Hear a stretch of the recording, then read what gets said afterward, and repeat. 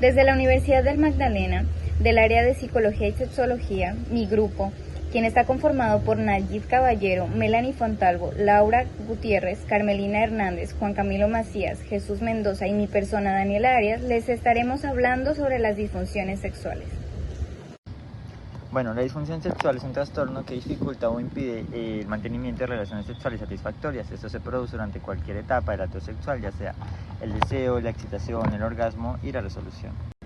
Bueno, este tipo de disfunciones afectan tanto a hombres como a mujeres, que pueden experimentar una aversión o un rechazo al contacto sexual, aunque afectan de modo diferente a cada género. Bueno, los tipos más frecuentes de problemas sexuales en los hombres son la disfunción eréctil, que es básicamente esa incapacidad de lograr o mantener una erección durante el coito, al menos en un 25% de los intentos, bueno, pues como mínimo. También tenemos la impotencia sexual, tenemos la disfunción eyaculatoria, que es básicamente también cuando no, digamos, esa incapacidad de no poder liberar el semen durante el orgasmo.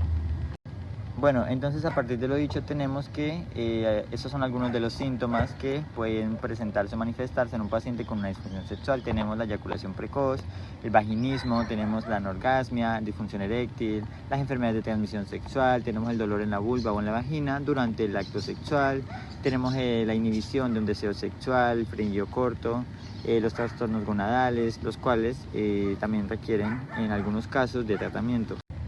Entonces, antes de partir con las causas, tenemos que el diagnóstico de los trastornos sexuales cambia según el tipo de trastorno en sí. En algunos casos, de hecho, es necesario un examen ginecológico o andrológico, y en otros es necesario iniciar un programa psicológico. Entonces, a partir de esto tenemos que, ¿cuáles son las causas de la disfunción sexual? Bueno, las causas de la disfunción sexual en los hombres pueden ser enfermedades, en la mayoría de los casos, como la diabetes, los problemas hormonales, la depresión o el consumo de ciertos medicamentos o sustancias que pueden afectar o alterar esto, entre otras. En cambio, la disfunción sexual en las mujeres, en la mayoría de los casos, puede manifestarse como un deseo sexual bajo, un dolor o dificultad para excitarse o para alcanzar el orgasmo. Estos trastornos pueden deberse a diversos problemas, tanto psicológicos como físicos, en donde pueden incluirse el estrés, las infecciones o el vaginismo.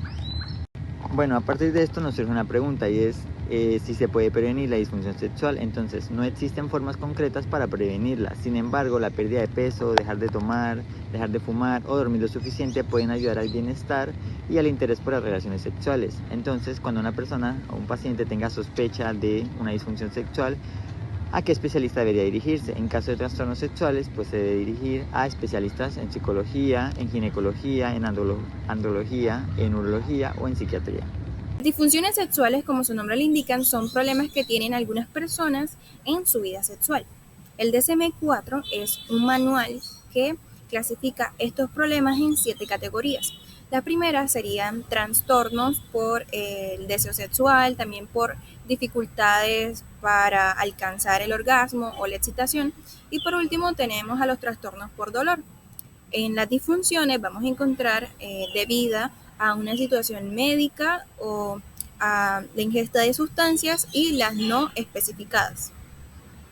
Para entender la respuesta sexual podemos dividirla en 3 etapas: el deseo, la excitación y el orgasmo. El deseo es la fase apetitiva en el que el individuo tiene pensamiento o sensaciones urgentes. Esto lo impulsa a buscar relaciones sexuales o mantenerse receptivo a ellos. Seguidamente tenemos a la excitación. Esta excitación se desencadena por imaginarse, escuchar, oír algo erótico, o también puede ser influenciado por una respuesta hormonal. También vamos a encontrar un endurecimiento del escroto, además de que se elevan los testículos, y en las mujeres hay una lubricación vaginal y un ensanchamiento de la vagina en sus 2/3 internos. Aparece lo que es la plataforma orgásmica, que tiene una suerte de estrechamiento de 1/3 externo de la vagina, y esto es debido a un aumento de la tensión del músculo pubococcígeo y a la vasocongestión. Cuando todos estos cambios suceden, se alcanza lo que es la meseta, que es la descarga orgásmica, que se produce por manifestaciones vegetativas como la taquicardia, la hiperventilación y la hipertensión. Ahora bien, en cuanto al orgasmo vamos a encontrar que esta constituye el punto culminante del placer sexual, que es producido sobre todo a la contracción rítmica de los músculos perinales y de los órganos reproductivos. Esta es la sensación más intensa y placentera durante el sexo. Es un momento en el que se experimenta una gran liberación tanto física como emocional. Es básicamente una forma de explosión en el que ocurre el placer. En los hombres generalmente significa eyacular y en las mujeres el espasmo de la plataforma vaginal. Y se siente como unas contracciones de calor, unas pulsaciones y los estrechamientos pélvicos. Esto también puede provocar pues, una sensación de cansancio o incluso somnolencia en el cuerpo. Asimismo, estas disfunciones pueden ser primarias, que son las que han existido siempre, las adquiridas que aparecen después de que el individuo ha logrado un funcionamiento sexual normal. Estas disfunciones pueden ser generalizadas en cualquier situación, independientemente de las circunstancias o las parejas que tenga la persona. En las situacionales vamos a encontrar que se presentan solo en ciertas circunstancias o parejas específicas. Tenemos a las totales, que estas disfunciones se caracterizan por una respuesta sexual nula, lo que significa que no experimenta ninguna satisfacción o ningún placer sexual. Las parciales son las últimas y estas existe un cierto grado de respuesta, pero no es lo suficientemente para alcanzar esa respuesta sexual. Estos problemas sexuales pueden ocurrir en cualquiera de estas etapas y pueden ser causados por las emociones negativas, experiencias pasadas o por los mismos problemas médicos. Por esto, estas alteraciones pueden considerarse muy frecuentes, sobre todo a edades como los 20 y los 30 años de edad. Se asocian a molestias, a diversas emociones negativas, tales como ansiedad, depresión, sentimientos de vergüenza, de culpa o simplemente el miedo al fracaso. Estas actitudes negativas hacia la sexualidad, conflictos personales y pertenecer pues, a un grupo religioso que tenga una cultura con unas normas sexuales muy rígidas pueden contribuir a estos problemas. Es importante recordar que los problemas médicos son un factor determinante, por lo que es esencial descartarlos si los problemas sexuales son muy crónicos. A continuación yo le voy a estar hablando acerca de los trastornos del deseo sexual. Uno de los trastornos del deseo sexual tenemos el deseo sexual hipoactivo. Este se caracteriza por la ausencia, falta o disminución de las necesidades y de la fantasía sexual. Para el diagnóstico de este trastorno vamos a encontrar 3 criterios, los cuales son criterio A, criterio B y criterio C. El criterio A se refiere a cuando una persona, debido a esta falta o ausencia, presenta una cierta sintomatología, los cuales pueden empeorar y provocar un malestar general. A su vez, esto también causa en la persona un déficit en lo que vendrían siendo las relaciones interpersonales. Otro de los criterios es el criterio B. Tenemos de que el criterio B dice que no se debe a la presencia de un trastorno, ya sea por el eje hipotálamo-hipófisis, sino que va a estar relacionado más que todo es por un trastorno de disfunción sexual. En el criterio C tenemos de que este puede ser causado ya sea por el consumo de sustancias psicoactivas como lo pueden ser el alcohol, el tabaco, cigarrillos, las drogas intravenosas, etc. O también que puede ser causado por alguna enfermedad de base. Ahora bien, para la evaluación clínica tenemos una serie de factores, los cuales son muy importantes. Estos son la edad, el sexo, la autoestima, la salud, el entorno cultural, el estilo de vida, etc. Estos factores son fundamentales para nosotros establecer el diagnóstico en cada persona, si bien las necesidades sexuales de cada persona puede variar de una en otra. Una de las características de estas personas es que no sienten apetencia por el coito ni tampoco se van a sentir atraídos sexualmente por su pareja. Ahora bien, para el tratamiento tenemos de que este se aplica de acuerdo al criterio. En el criterio A tenemos que el tratamiento fundamental va a ser la psicoterapia y la sexoterapia. Para el criterio B y C encontramos que la evaluación médica es crucial y fundamental para descartar otro diagnóstico diferencial como lo puede ser una depresión o una enfermedad subyacente.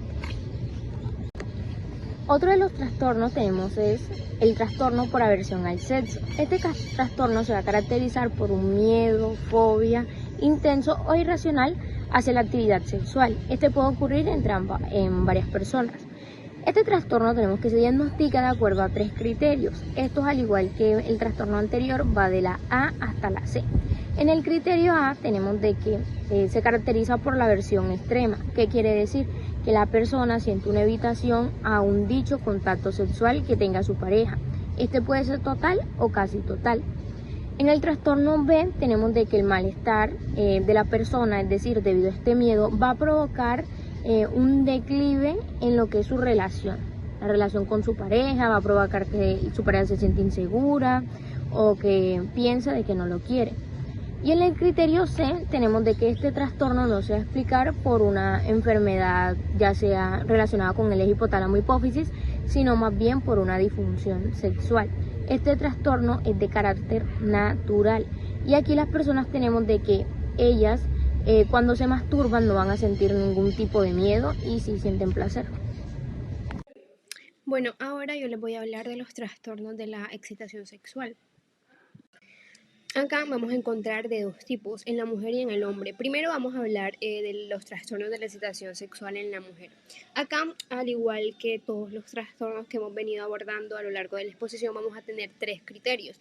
El primero, que va a ser como el principal o el que está más involucrado con este trastorno, es la incapacidad recurrente o persistente de una respuesta de la lubricación vaginal que normalmente se da al final de la actividad sexual. El criterio B, como ya lo había mencionado, es el mismo que los demás trastornos y está relacionado con esa falta de relaciones interpersonales. Y el criterio C es cuando este trastorno no se explica ni con el consumo de medicamentos, ni con el consumo de sustancias, ni con otras enfermedades de salud.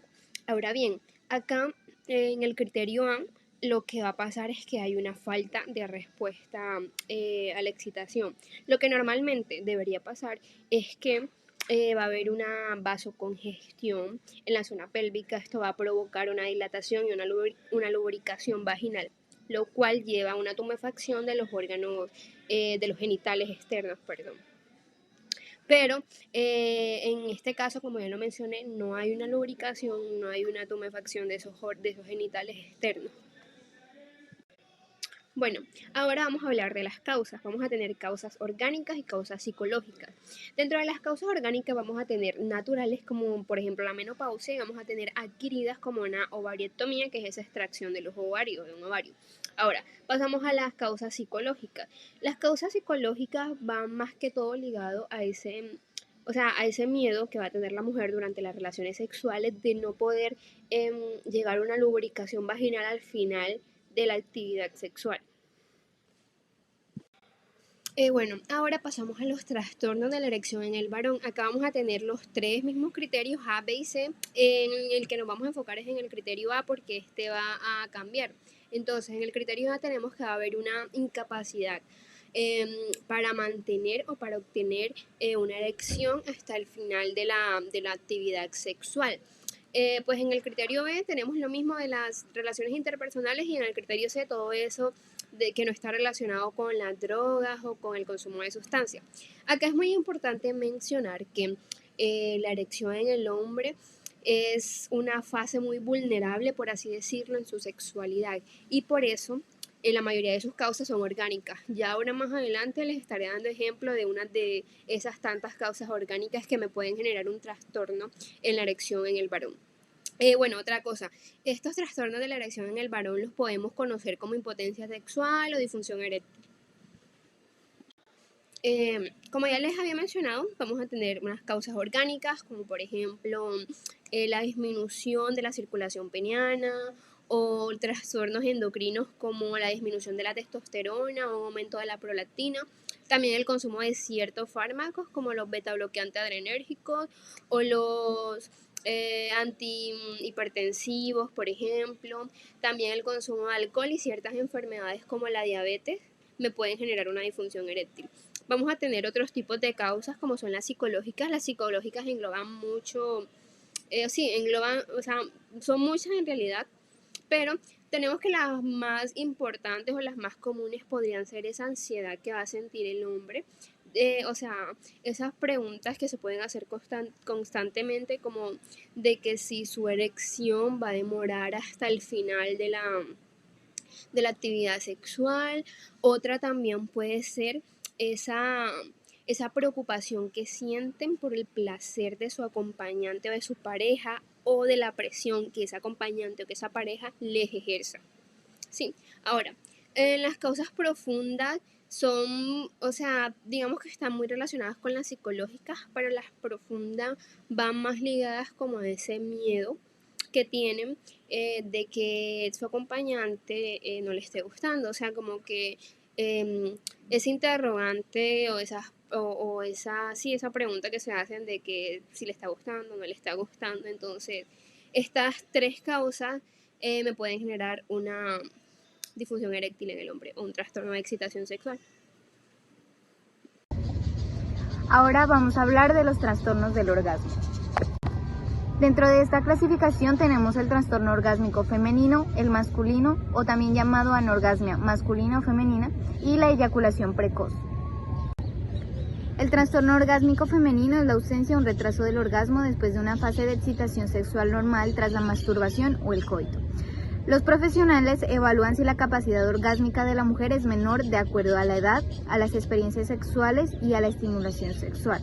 Normalmente el orgasmo se da gracias a la estimulación de las fibras nerviosas del clítoris, así como los receptores sensoriales que se encuentran en la vagina. Causas como las drogas pueden inhibir este proceso, y también como causas orgánicas como las enfermedades neurodegenerativas, esclerosis múltiple, diabetes o tumores en la médula.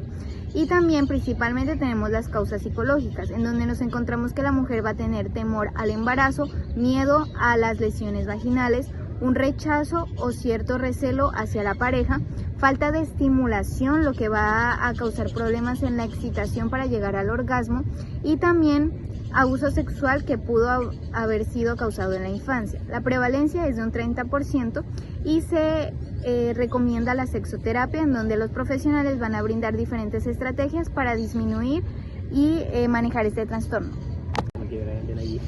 Trastorno orgásmico masculino es la ausencia o retraso del orgasmo luego de una fase de excitación sexual normal en el hombre tras las relaciones sexuales o la masturbación. También llamada eyaculación retardada, porque no siempre se trata de la ausencia, tiene una prevalencia del 5% en hombres menores de 50 años. Las causas pueden ser orgánicas en casos de hiperprolactinemia o también en enfermedades neurodegenerativas que causen una disminución en la sensibilidad cutánea del pene. También por acción de sustancias como lo es el alcohol, fármacos u otras drogas, y causas psicológicas, en donde el hombre se va a encontrar con un sentimiento de culpa y de temor, pensando que la sexualidad es algo pecaminoso. También por la falta de estimulación sexual por parte de su pareja, por el miedo de que su pareja, en caso de que sea femenina, quede en embarazo, y el estrés y la ansiedad. Se recurre a sexoterapia, como en el caso anterior, en los casos menos graves. La eyaculación precoz es la eyaculación persistente o recurrente que se presenta en respuesta a una estimulación sexual mínima durante o poco después de la penetración, incluso puede darse después de un minuto y antes que la persona lo desee. Lo presentan entre el 20 y 30% de los adultos y su causa es desconocida. ¿Por qué? ¿Por qué decimos que es desconocida? Porque es una actividad o una conducta que se aprende desde las primeras masturbaciones y primeras experiencias sexuales, en donde es difícil saber qué puede alterarla. Podemos decir que la consecuencia de esto es que puede afectar las relaciones entre las personas, entre sus parejas, la autoestima y la satisfacción sexual, y que se recurre principalmente a la sexoterapia. En la mayoría de los casos, el 90% termina resolviéndose. Ahora vamos a hablar de los trastornos sexuales por dolor.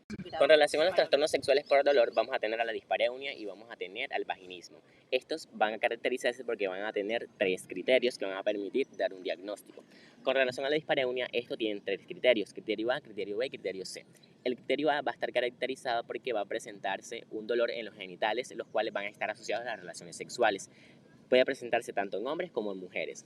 El criterio B está más que todo caracterizado por generar malestar causado. Esto tiende a causar unas dificultades en las relaciones interpersonales, ya que las parejas, al no gozar de una sexualidad plena, de una sexualidad en paz, van a tener ciertas afectaciones en el dinamismo.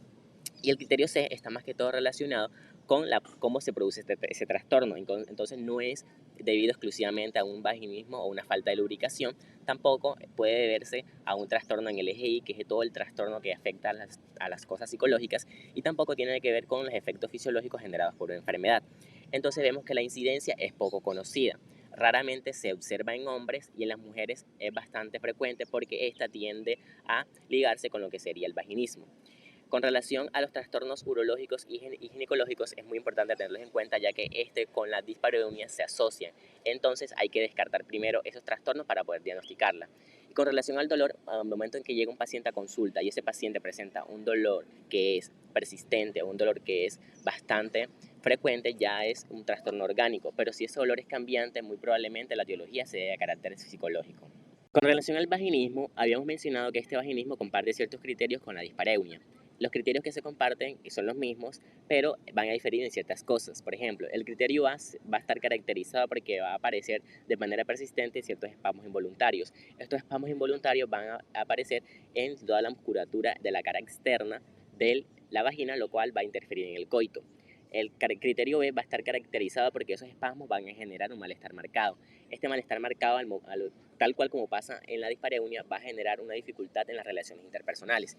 Y el criterio C, que es la forma en cómo se produce este trastorno, no es debido exclusivamente a los efectos fisiológicos de una enfermedad médica y tampoco puede explicar mejor el hecho de que hay una aparición, un trastorno en el eje Y. Entonces, esta tendidez de esta musculatura va a generar que al momento de la penetración se torne doloroso, imposible o difícil, por lo cual constituye a este vaginismo como una de las principales causas de un matrimonio no consumado. Algo que tener en cuenta es que las causas por las cuales se produce este vaginismo pueden ser físicas o pueden ser psíquicas. Cualquier patología pélvica que dificulte el coito va a hacer que se produzca como mecanismo de defensa justamente ese vaginismo. Entonces, psicológicamente van a haber mujeres que pueden tener relaciones sanas, pueden vivir en armonía con sus parejas, pero también pueden haber mujeres que van a tener conflictos o van a presentarse bastante agresivas o ambivalentes al momento que se toquen temas como el embarazo, al momento que se toquen temas como el matrimonio o la sexualidad. Entonces, eso es todo por los trastornos sexuales por el dolor. Bueno, ya continuando les estaré hablando sobre la disfunción sexual debido a una enfermedad médica.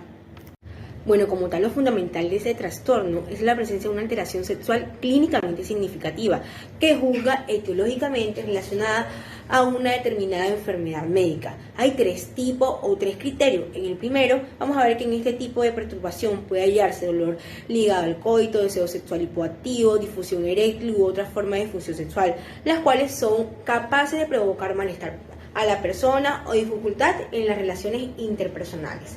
En el otro criterio, en el B, en ello debe sumarse la evidencia por la historia, el examen físico o hallazgos de los laboratorios, de que la alteración es explicable totalmente por efecto fisiopatológico en condición médica subyacente. En el último criterio, acá se debe ver que dicha alteración no se explica mejor por la presencia de otro trastorno mental, por ejemplo, el trastorno depresivo mayor. Disfunción sexual inducida por sustancias. Bueno, las características básicas de este trastorno es una alteración sexual clínicamente significativa que produce malestar marcado y dificultad en las relaciones interpersonales. Este es el criterio A. En el criterio B vamos a encontrar que la historia, la exploración física y los análisis complementarios prueban que el trastorno se explica en su totalidad por el consumo de lo que son sustancias, ya sean drogas, psicofármacos o tóxicos. En el criterio C, que nos dice que la alteración no se explica mejor por una presencia de un trastorno sexual primario. Acá también nos hablan de los síntomas del trastorno en desarrollo durante o dentro de los 30 días siguientes a la ingesta de sustancias tales como el alcohol, la anfetamina, cocaína u otras sustancias. En cada caso debe especificarse si se maneja el deseo, la excitación, el orgasmo o si aparece dolor ligado al coito. Y ya por último vamos a encontrar la disfunción sexual no específica. Bueno, como tal, esta categoría diagnóstica comprende los trastornos sexuales que no alcanzan a cumplir con los criterios para un trastorno sexual específico. Unos ejemplos de eso es la ausencia o disminución importante de pensamientos, ya sean eróticos, a pesar de la presencia de los componentes fisiológicos normales que excitan el organismo. Otro ejemplo, podemos decir que son las sustancias en las que el clínico concluye que existe una disfunción sexual, pero no puede determinar si esta es primaria debido a una condición médica general o incluida por sustancias. Los casos de cefalea postcoital, de anedoidía orgánica y de dolor en la masturbación pueden ser considerados en esta categoría.